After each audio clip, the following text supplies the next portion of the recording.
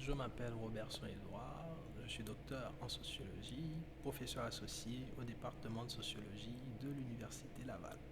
Je suis fortement engagé à l'Université d'État d'Haïti.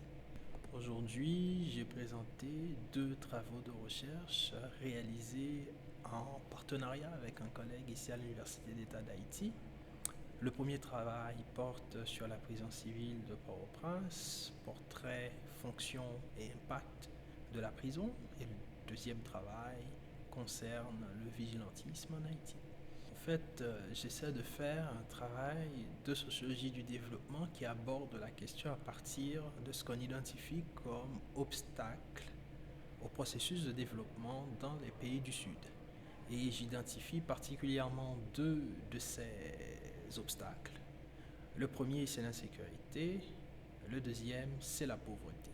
Donc j'ai un programme de recherche qui couvre à la fois les questions de pauvreté et les questions d'insécurité que j'essaie d'articuler autour de sujets comme une étude sur la violence, comme une étude sur le vigilantisme, comme une étude sur la population carcérale.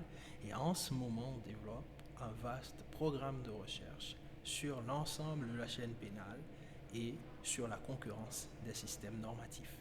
Pour la première étude sur la prison civile de Port-au-Prince, plusieurs mesures pourraient être prises. La première, c'est celle de revoir tout le dispositif sécuritaire qui est mis en place autour des quartiers populaires afin de ne pas essayer de régler les problèmes sociaux par une politique pénitentiaire ou par un renforcement du dispositif sécuritaire. La deuxième chose, c'est le traitement humain et digne de la population carcérale. Il s'agit d'êtres humains qu'on ne peut pas continuer à considérer comme des sous-hommes ou comme des non-humains. Troisième mesure qu'on pourrait mettre en place, c'est de créer une interface avec l'ensemble des acteurs du système pénal pour que l'action publique dans la chaîne pénale puisse reposer sur des données probantes, donc renforcer l'interaction entre les acteurs de la chaîne pénale, la société civile et les chercheurs et l'université. Pour ce qui est de l'étude sur le vigilantisme, l'une des mesures que l'on pourrait mettre en place, c'est d'abord concevoir la question de la sécurité comme étant un bien commun.